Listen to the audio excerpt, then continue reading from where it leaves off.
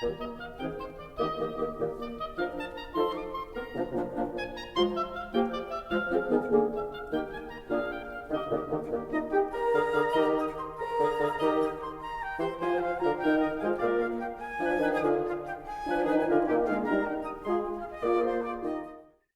welcome to the meeting tent.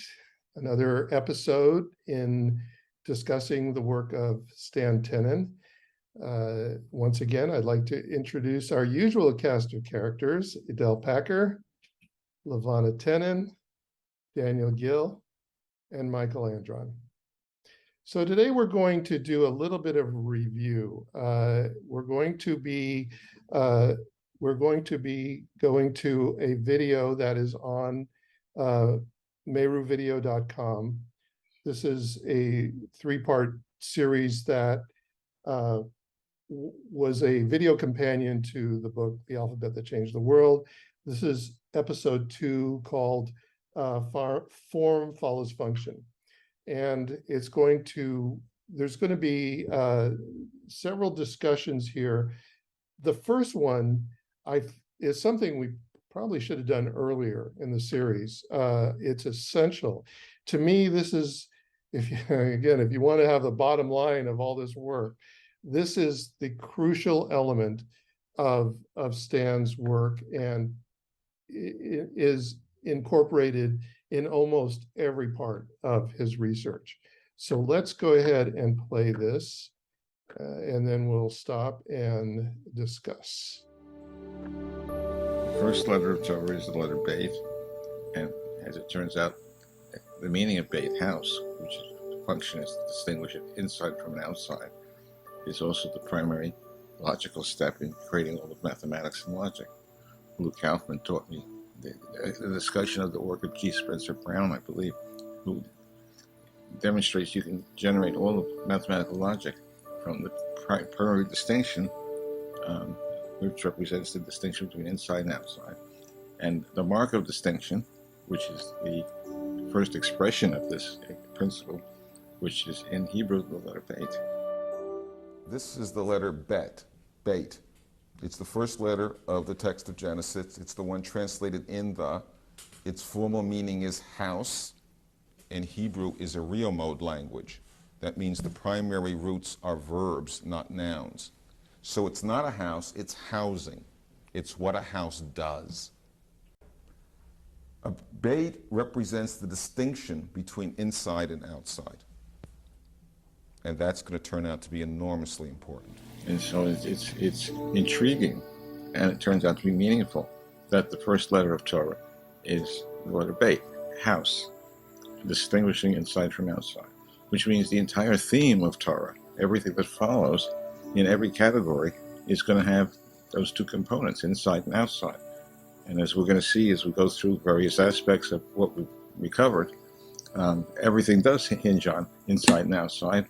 And in one sense, that's the meaning of the golden rule, as above, so below. The inside is above and the outside is below, in a sense, spiritually. And there are always two components. And we compare those components, and their contrast generates the meaning. The first form we found that generated the alphabet, I called it light in the meeting tent. It had a tetrahedral frame, the minimum geometric logical element, and it with a little spiral vortex inside.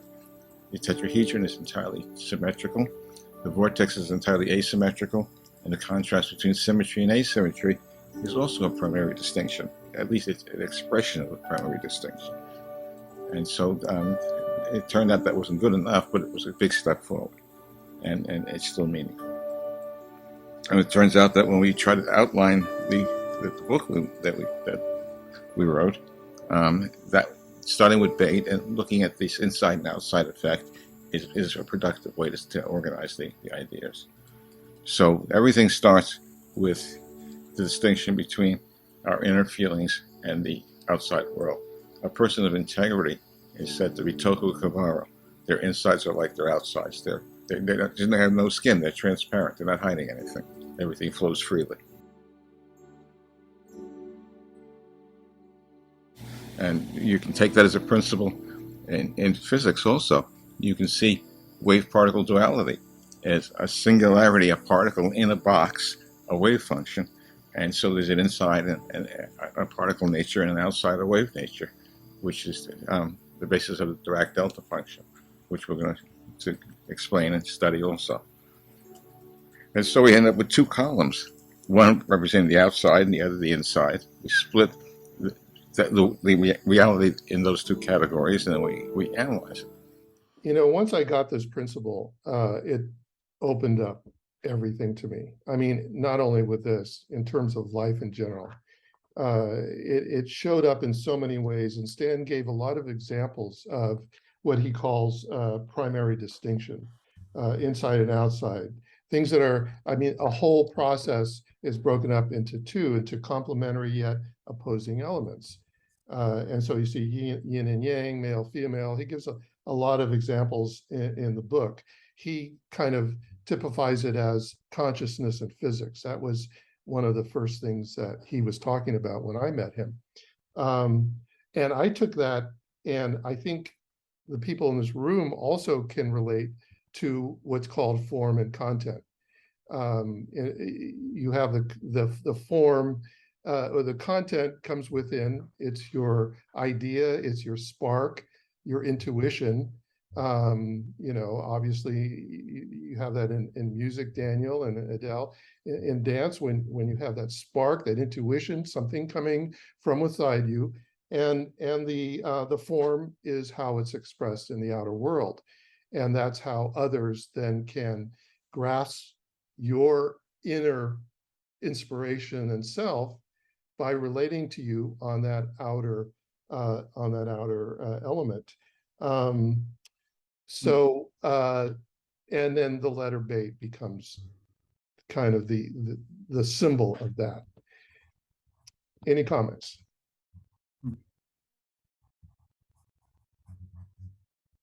Yeah, Del. Yeah, well, I thought I heard it differently.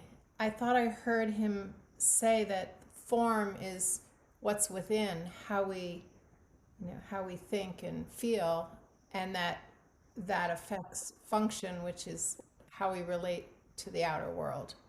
He I mean, does say, a lot of ways to look at form and function. And I was right. trying No, to he really- does say it later, it can go either way. Yeah. So it can be. It's just the way I interpret it. Yeah, I actually noticed that while on the poster he was talking about, he has form as being inside and function as being outside. But something that he said to me, I don't know, several years later, a year or so ago, just as a phrase to remember, was form in the world and function in the transcendent.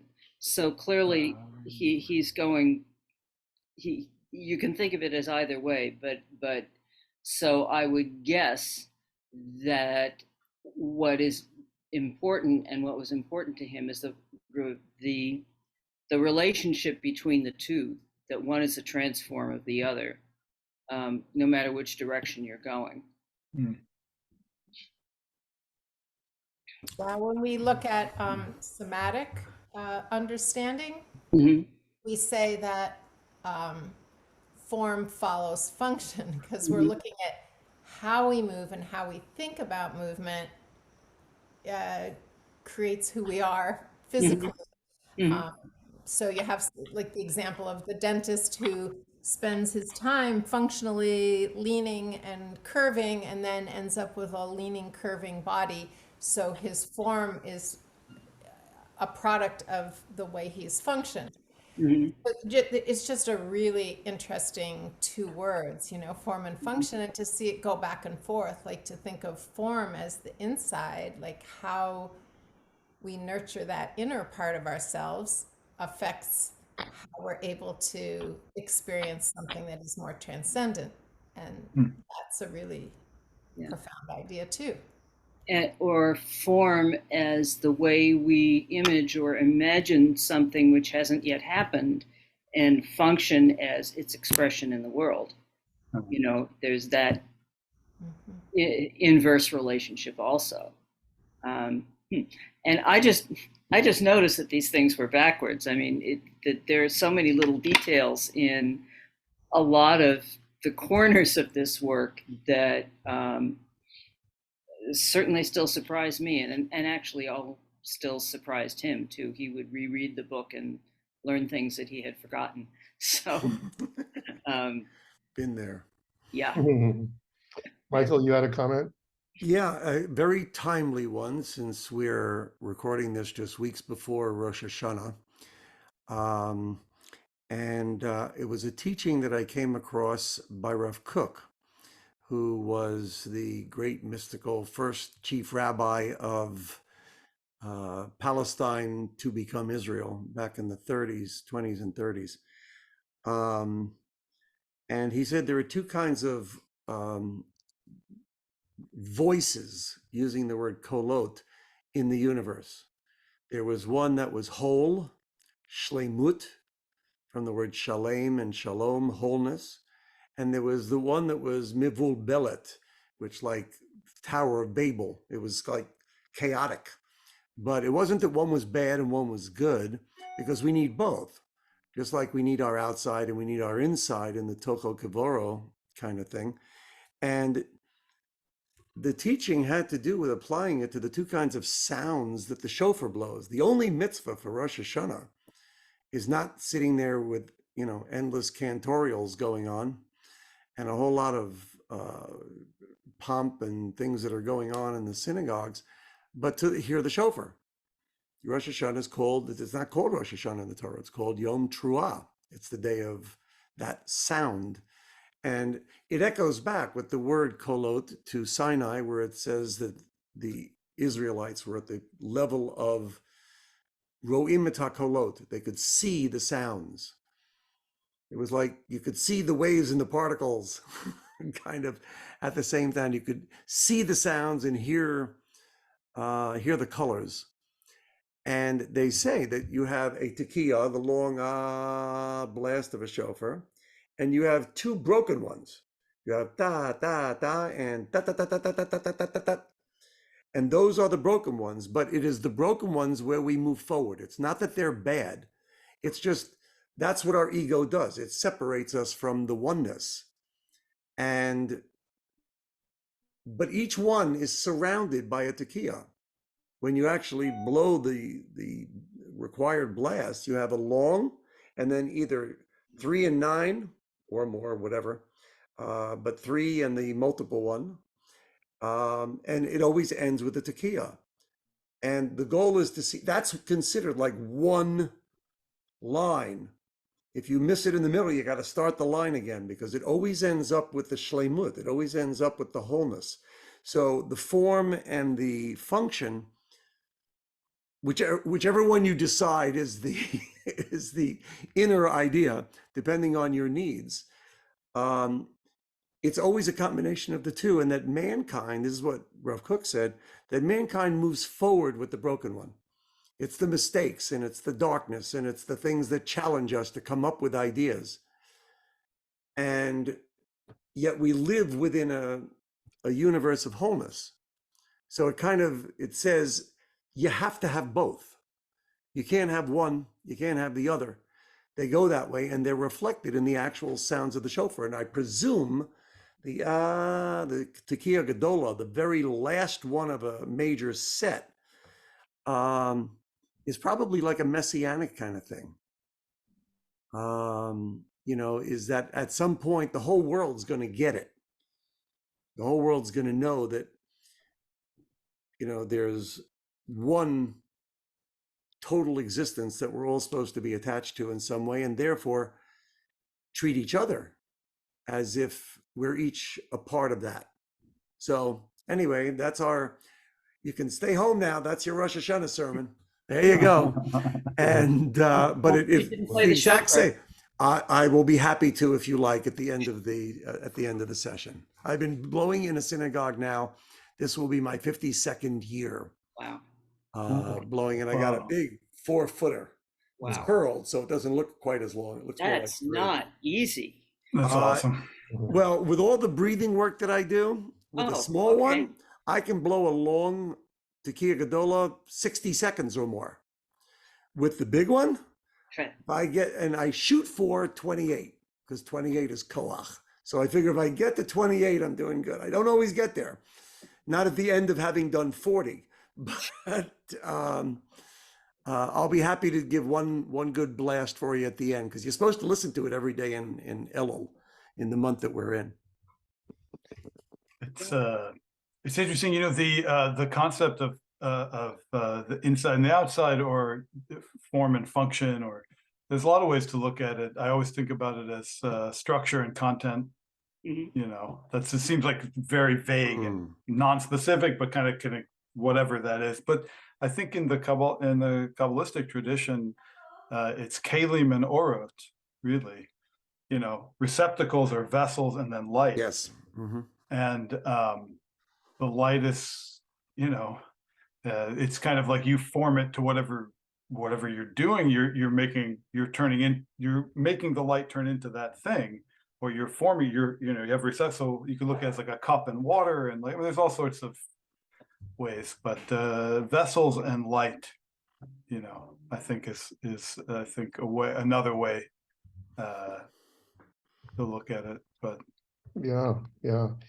And Stan used to, in many of his lectures, he talked about how the way he put it was there's teaching that the secret of the universe is in the first letter of Torah.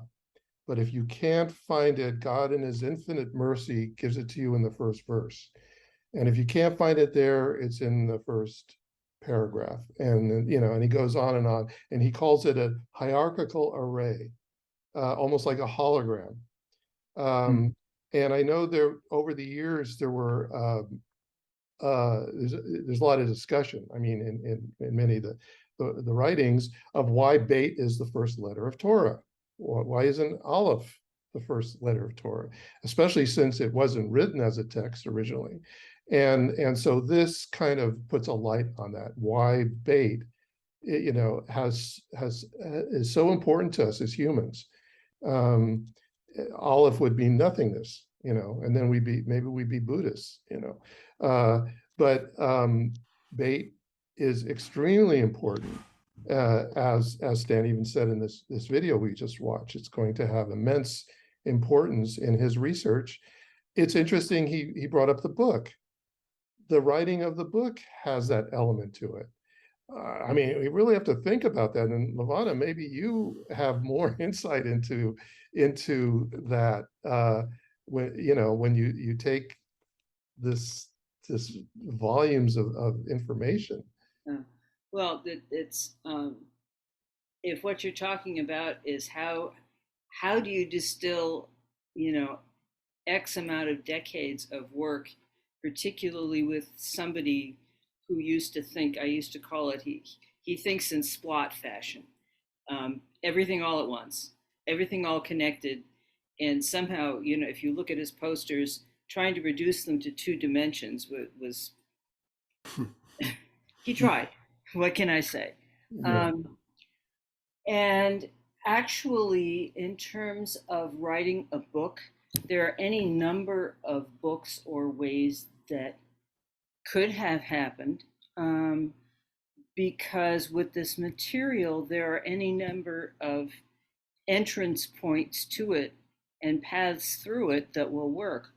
But we spent basically about a decade working with various different people who were writers of various different levels of skill and editors of various different levels of skill, trying to find a path through the ideas that would make sense to somebody who is used to reading in linear fashion, reading a book. What is a logical path of this through this material that will give you the ideas in a way that can work? And it wasn't until we came across our editor, Charles Stein, who is an incredible scholar in his own right, one of the 2 smartest people I have ever met. He is a classicist. He is a poet. He's a photographer. He published, did a full translation of the Odyssey. I mean, he's really profoundly educated. And it took him 3 tries of, after a few years, coming back to this material, and he finally found a path through it. Chuck used to say that everything is in the book is actually Stan's words, and that all he did was turn it into properly formatted and crafted English book. But the fact is that what enabled him to do that was the breadth of his knowledge and ability to actually understand what the work was about. So that was certainly a gift. But in fact, it is true that he found a path through this work, through the book. On the other hand, when Stanley was talking with people who were reading it and got bogged down in the center where it gets it very geometrical and so on, depending upon the person, he would say, okay, skip those chapters for now. Go to chapter, I think it's 8 or whatever, towards the end, because while the geometry is important for people who think in those terms, as Stanley did, others who don't necessarily think in those terms have an easier entry point coming through the gestures or coming through the language and the different meanings for words. There's a whole chapter where he goes through what they call translingual puns. There are a lot of ideas about language and words in there, which we worked very hard on. So I guess what I'm saying is that the ideas and the vision of this material as a whole is a whole world, a whole multi-dimensional world that you can go in many different directions in. But in order to create a book, choices have to be made. Right, sure. And I found it interesting that it didn't move like a narrative in terms of showing how it developed, Right. you know, which he did at the early lectures, where he told us how this all came about and how it developed. In this case, we're seeing it's almost like the Columbo effect, where you see the crime at the beginning of the show, and then you go after and see who the culprit is. Columbo was one of his So favorites. Stan is the culprit then. Okay. Well, All right, yeah, now I I mean, understand.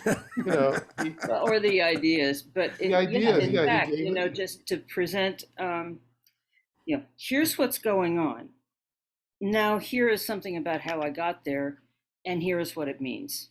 That's kind of the path through the book that wound up happening. And interestingly enough, the last chapter of the book is called "The Last Chapter Is Not Yet Written." Right. And Stanley always wanted to write it, but somehow it never happened. And Chuck kept saying, this is fine. This thing telling me that it isn't yet written, this is the end of the book. That's what it should be. And for many reasons, Chuck's judgment prevailed, and I'm glad for it, because in fact, the end of this material is nowhere near in sight. You know, that there are many ideas yet to be written. There are people like Idelle and Daniel and Michael who come and take aspects of this work for their own and take it someplace where we couldn't go because we're not them. Right. So the fact that that's the title of the last chapter of this book, I think, is becoming increasingly more and more fitting as time goes on. And that's really the beauty of the work, is that it can expand in so many different directions and so many interests, and that's what makes it unique. But that's also been the difficulty in terms of people coming into it and getting their portion of it, but not getting the other side of it. And unable to get the whole picture. And, Stan had that mind that few people have. So all we can do what we're doing are we're just chipping away at it, trying to describe a whole, and hopefully people can to get some grasp of what we're doing. But I do suggest, to people watching, to really grasp this concept of inside and outside, the letter bait. Look into that more. Most books on the Hebrew alphabet do define it as bait being house. We all know that, but have not gotten this aspect of it, of this inside and outside, and the extreme importance of that concept. So let's go to the next section. Now, on the same video, there is a segment after this where Stan talks about the development of the hand gestures and how the letter meanings and how that led to the hand gestures. And then it kind of got into what you can do with the hand gestures in terms of putting together a minyan and how 10 people, the power of 10. So let's take a look at that. What's the point of this? Well, if everyone can make the same gestures for the same feelings, then there's a wonderful quotation that comes into view, which we use everywhere. It's near the end of the book, and it's the description of what a minyan is supposed to do. You need at least 10 to form the minyan, and it turns out that the number 10 is significant because it's the first group that can form a school or a swarm or a flock. And there's information on flocking, schooling, and swarming in animals and birds and fish and ants, which shows that the flock comes together with 10 individuals, which is the minimum. If you get less than that, you don't get a full flock. It doesn't function properly. So that's a threshold. And it's a threshold for what? Well, a flock has emergent qualities. The individual animal does its own thing, but all together follow a pattern that unifies them and takes them to their food and whatever. And each bird in a flock has a slightly different angle of attack and slightly different aerodynamics. So while they're all the same, they're also all individuals, but they're all following the same gestures. So we put 10 people together who care about each other, whose feelings are open to each other. If there's ego involved, it becomes a kind of stiffness and rigidity. There's no flow of feelings.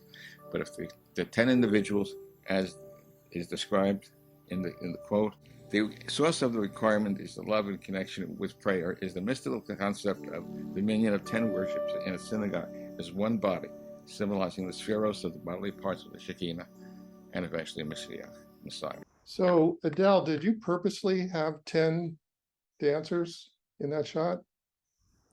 Yes, the whole dance was created with 10. I was the 10th.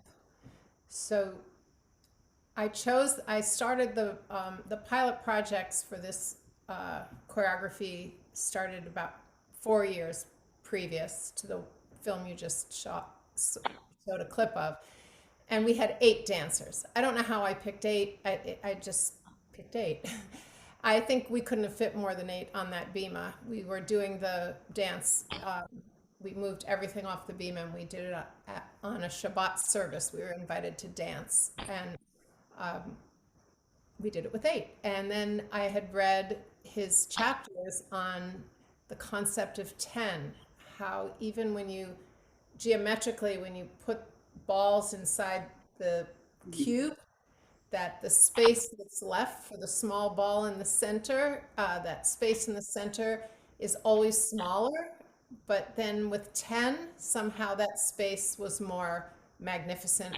I've reread that chapter many times and I still can't articulate the mathematics of it. But the idea is that something extraordinary happens at 10. And he pointed out Knesset has the word Ness in it, and this gathering is the Ness, the miracle, like something new is going to happen if you are open to it with 10. So that was enough. I wanted to expand the dance to 10 and see if it was true. And the experience of building a community happened in front of my eyes. I didn't have to do anything about it. It just happened. There was a love and a care, caring sense that just blossomed in this group of 10. And not everybody knew each other before. Not everybody many had never been in a dance before. So there was a lot of potential for conflict. You know, you get a group together and someone storms out, someone misunderstands, somebody's talking too much, someone's criticizing how we're doing this, someone's taking over in a bossy way. That never happened. I don't know why, but there was never a moment like that. Instead, people would say, hey, it's so-and-so's birthday. Let's all bring something after the rehearsal. Let's get together and go to a movie. The texts that were exchanged were texts that show this group was really enjoying each other. And that was my private experiment. I never said to them, oh, I picked 10 so I can see what magic might happen. I just think the magic happened. Maybe another 10 it wouldn't happen, but I can say that I was inspired to do 10 because of his emphasis on the concept of minyan. And I was curious to see how that might feel. You can see the unity and the community in that clip. It's really extraordinarily beautiful. And just that everyone's facial expression was unique and yet similar. The group became a style of focus, and that meant so much to me. That was really something. Each one of them, if you look at them, each one of them is themselves. I mean, they're all standing slightly differently. The hands are, everybody obviously has different musculature and they're used to standing differently. But the sense of the group communication on a physical and non-physical, more than physical level really comes through, even just in this little teeny video clip. And So I get it. It just so happens that you caught that moment in the choreography where the gestures were spelling the 4 essential letters of God's name. So that the quality of the material held, even though the people in the group weren't Jewish, it didn't matter. The universal importance of what the letters were saying was felt by every dancer. Yeah, I could see that. Yeah. As you know, that in the Orthodox tradition, it is required to have a minyan for certain prayers to be said at a synagogue. I'm not sure that everybody knows the significance of that. Again, going back to what Stan talked about, rote learning versus experiential learning. Michael, you've talked about the power of 10 in the past. What are your thoughts? Yeah, I had an idea some time ago, and reading Stan's book kind of brought me to reinvigorate an idea from 35, 40 years ago and create a healing minyan. And it was that next to last chapter, before the chapter that wasn't, Yeah. that talked to me. I mentioned that a couple of weeks ago when we were talking about the different graphics that really touched us in the book. And so I went back to students that some of them I hadn't talked to in 30 years. I think the one I'd been with the most was one from 45 years ago, a little more than that. And we got everybody together, and there were 10 of us from here to the East Coast, because I'm on the West Coast, to Israel. We had them all over the world, and we had to find the perfect time where everybody could fit it in. There's no good time with that. You're either in the middle of the day or the middle of the night somewhere. And we started working on an energy connection between us, like tuning an orchestra to the sound of the oboe so that everybody was on the same page, which in Stan's metaphor of that was that which is hateful to you, don't do unto anyone else. That was the core vibration. Each one was different. Each bird, as he mentioned there, has a different attitude of the wings and so on. And yet they somehow managed to move in a pair. And the effect on all of us was profound, because a bunch of the people in there work in the healing arts, in the holistic healing arts, in a variety of ways.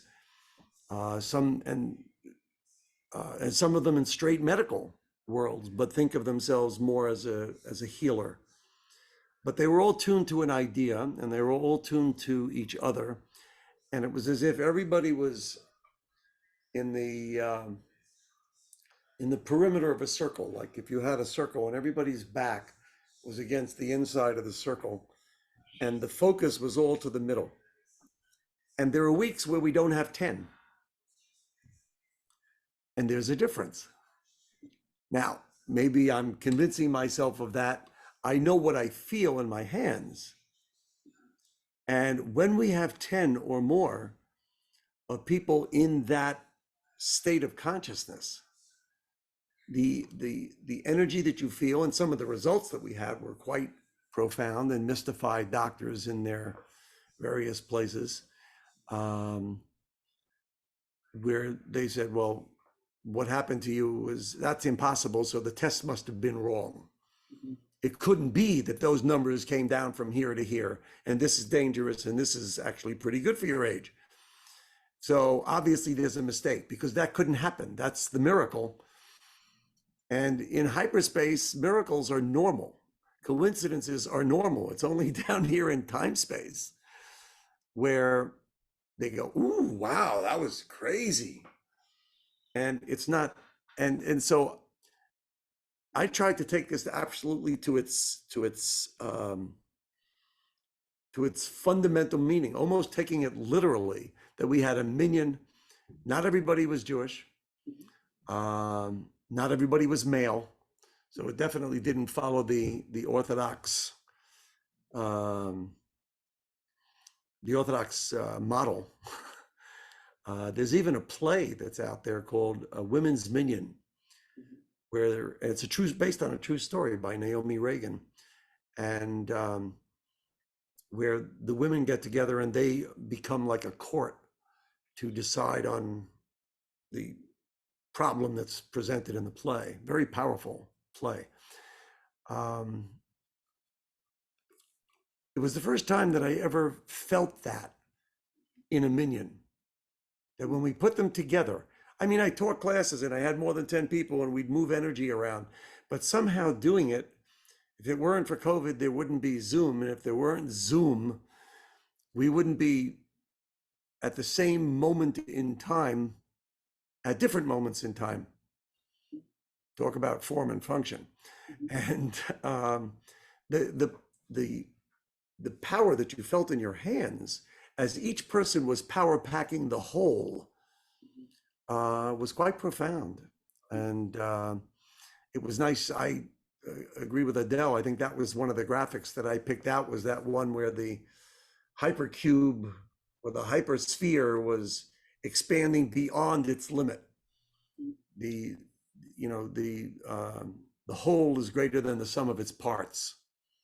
And there was that escalation, that Bose-Einstein escalation that was phenomenal.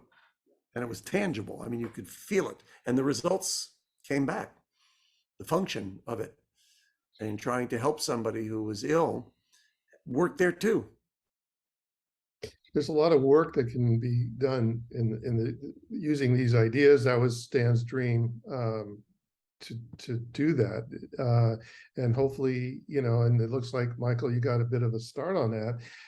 It would be something that, if it could be done within a scientific setting, using the scientific method, would even have a greater effect and could be world changing. And that's a major project. I wonder if there's a connection between the fact that the 10th letter is Yud, and Yud means hand, or is that just coincidental? Probably. Well, I don't think it's a coincidence at all. I think Yud is the 10 Sfirot, the 10 commandments, the 10 plagues, the 10 everything, the 10 fingers, the 10 toes. And each of the hay is 5, and you have a hand. And then the Yud is the arm, literally not hand, but it's like the whole thing comes together. The whole thing becomes one thing, and it's a unique letter. It's the only letter that doesn't touch the line in the whole alphabet. There are some that only one, Kuf, goes down below the line of where it normally is, and the final letters, several of which do. But the Yud is the only one that floats, like the electron going around the proton. It's the only one that floats and is communicating to all the others. I don't think it's, to me, that's a hyperspatial coincidence. That's absolutely as Yud was intended. So Daniel, what do you take with this power of 10? Do you see that in some of your work? Yeah, I think, I mean, I definitely, the concept of 10, I think, is a concept of completeness somehow. I think someone mentioned that earlier. It's also, I used the kind of structure of the Sfirot from my most recent composition for string quartet, which is the 4 stages of love and the descent of light through the worlds. And it's very powerful for presenting 10 different, or whatever, some amalgamation of 10 different areas. It was a very powerful way to organize ideas also. In terms of loving, the people in the minyan, which I think is the requirement, there's an interesting phenomenon in Europe, in Eastern Europe, is that there were different minyanim that were organized according to profession. So you'd have the tailor's minyan, and the thieves minyan. That's a great idea. Yeah, literally. That's great. There was a thieves minyan. I mean, that's where all the thieves went, and and like it was a different world, like not so simple, and let's see. Studying Jewish history, just as an aside, is important, because if you look back at all our stages of history, it becomes very possible to have real compassion for many different kinds of people, because we've been through all those different stages in a way, as a people. But that being aside, having so Idelle's experience, they were all dancers of some level, so they had an extreme interest in that. And I know that, or Michael, your experience with people who are involved in the healing arts. And I know that finding, hanging around with groups of all musicians is all, whether we're drinking or making music or whatever, there's something special that happens when these like-minded people kind of get together. And I almost see it, if you look at like the development of humanity as a group. So like being together with people that you recognize you have this baseline kind of vibe with, whatever you want to call it. And then being okay with those little differences and just melding into this bigger vibe that's so comforting. It's almost like the baby step towards like doing that with people who are vastly different, who have vast differences with you. And so it's almost like training, so first you start with people they're like you in a lot of ways, but of course very different. And so then you learn to love them, and then as time goes on and humanity progresses, we'll be able to do that more and more, and eventually we'll achieve some sort of oneness. And I think that's part of that's I think a big concept with this idea of the minyan. And again, like a lot of times you go into a prayer group and it's like the focus is on the prayers. And I feel like one of the things that Stan wanted to kind of show is that yes, the prayers are important, but like the people and like loving the people around you is like as important or more. It's like the baseline, and so it's like you don't walk into a minyan and be like, okay, oh hey, wow, let's all hug each other, let's all like hang, you walk in, okay, let's pray, and now we're praying. Well, some places. Well, Some places do. Yeah. Most places.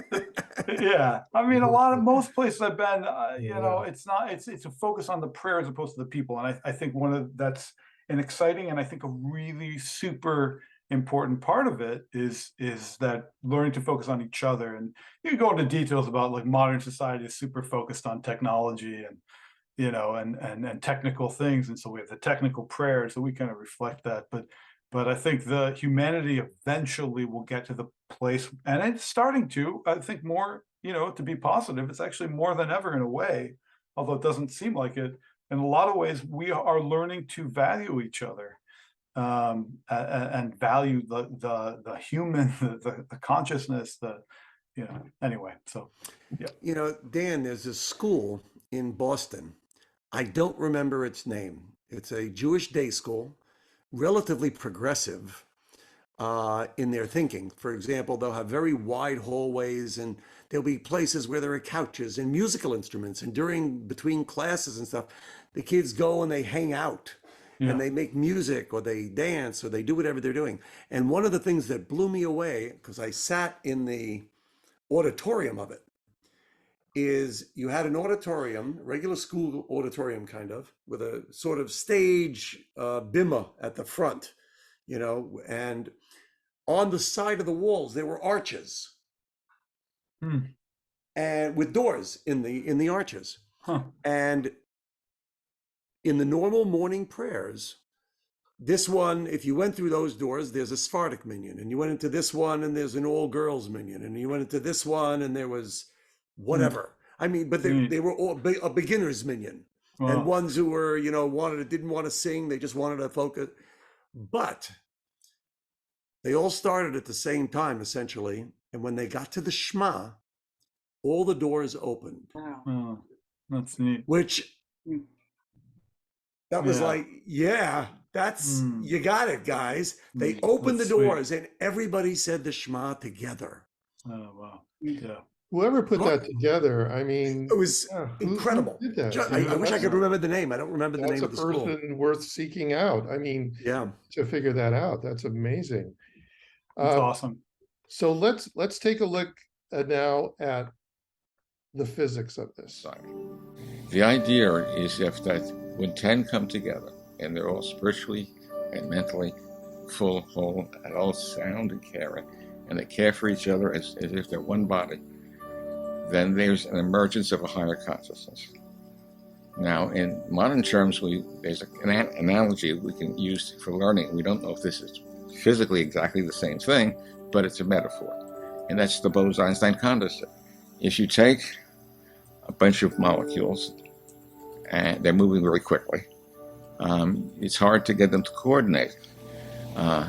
If you want to get a bunch of molecules or atoms that form a body, a superposition, an entangled superposition, what you have to do is you cool it down towards absolute zero, because that way they stop moving and the wave function for each particle spreads out to encompass its neighbors. So the entire pool is one wave function. Just as the same way as in the minyan, if people drop their egos and aren't building walls between each other, the emergent quality can be Mashiach, can be Shekinah, can be some higher consciousness. And the word for miracle in Hebrew is nes. The word for congregation is knesset. The kaf means to hold. The final S sound is plural. So to hold a miracle, you need a congregation, and then the miracle emerges. The miracle is the higher purpose. These analogies work at all levels, from personal experience, where we're individuals, to Bose-Einstein condensates, which are just particles. And if we understand the process, we've built a bridge between physics and feeling.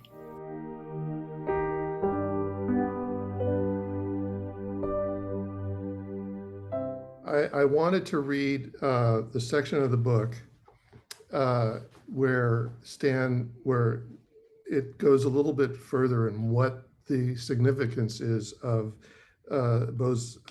Bose-Einstein constants.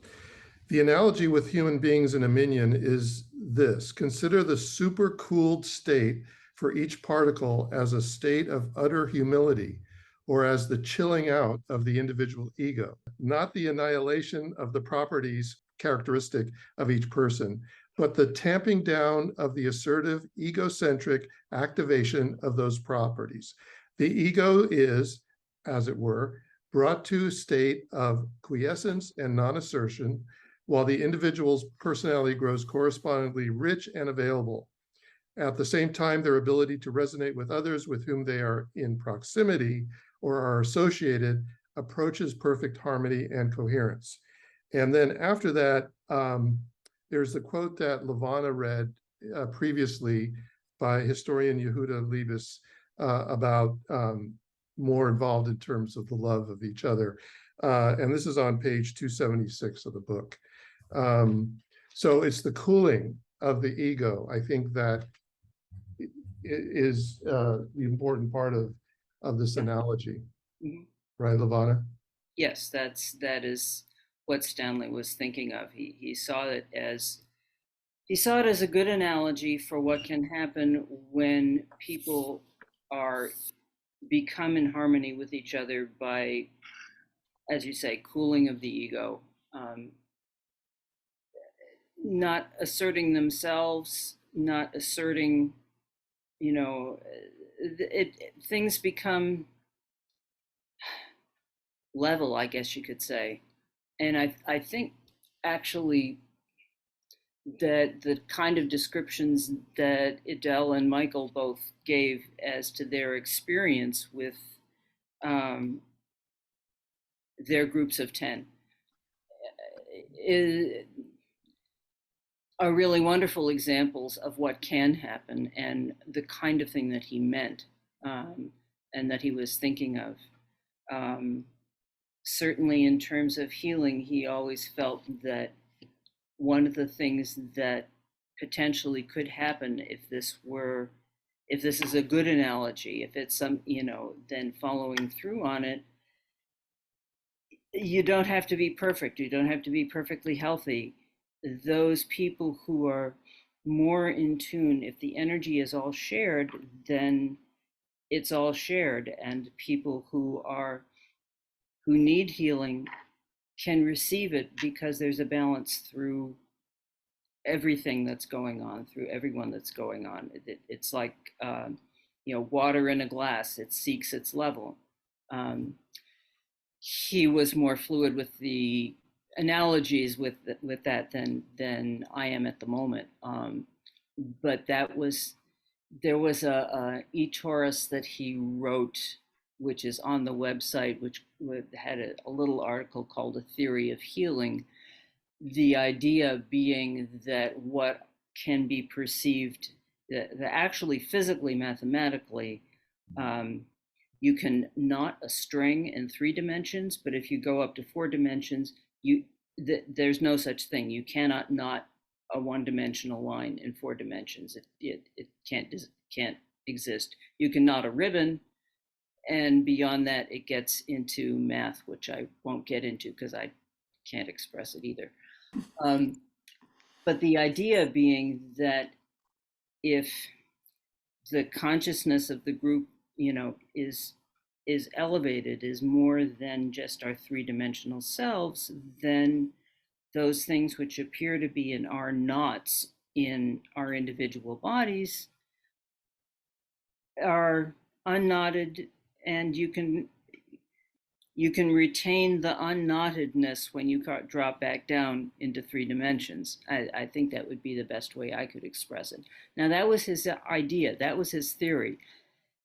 He didn't practice any of these things. He was really hoping that people whose field these things were would pick up the ideas, work with them, experiment with them, and see if they were right, see if the analogies were helpful. So that's one reason why I'm really happy with this group, because people are doing that. He had a lot of germs of ideas and only limited either lifetime or skills or talents himself, but the ideas were so much bigger and really require people to pick them up and move them on.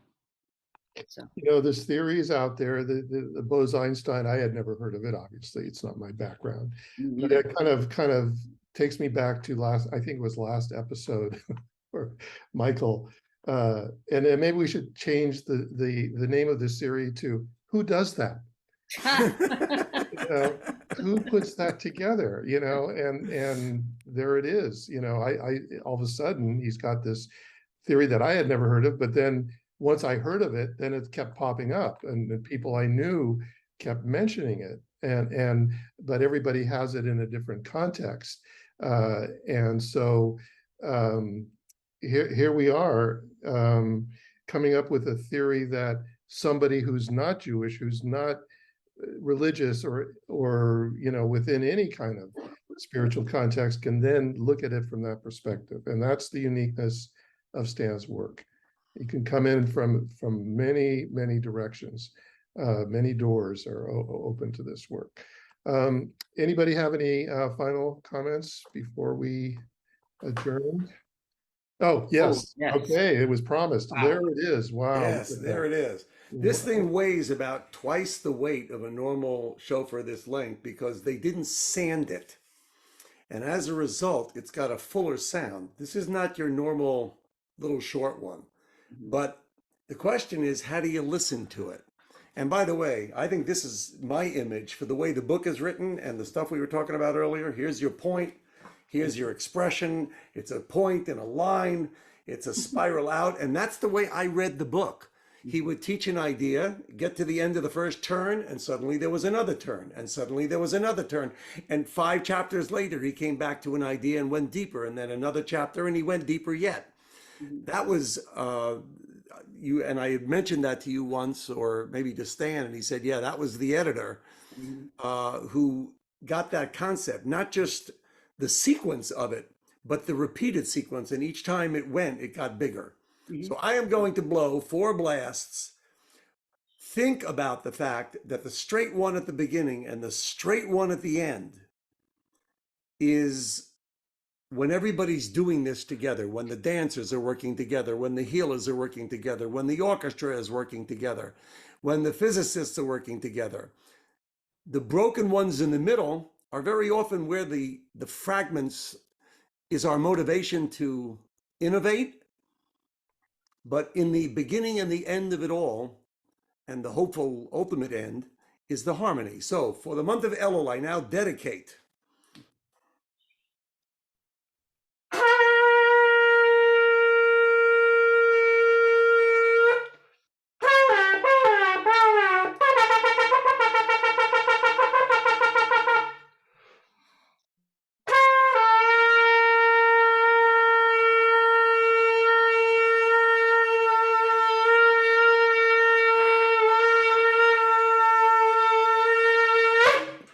Wow. it's a very deep sound. It's more like a Tibetan horn, you know, those big Joes are the real tubas of the blasts. But the feeling that there's a long and a long at the beginning and the end, with the broken ones in the middle, is a great way to imagine us exploring, digging, deeping like a jackhammer, going da da da da da da da da da da da, and breaking it open, but ending up in a harmonious tone. Well, thank you for that, Michael. That was great, and I think we'll end it for today. Really good session. I think next time we want to look at a section of that video that we didn't include, which was how the meanings of and the hand gestures evolved. So we'll look at that next time. But for now, thank you for watching, and we'll see you next time. Take care. Say bye, Michael.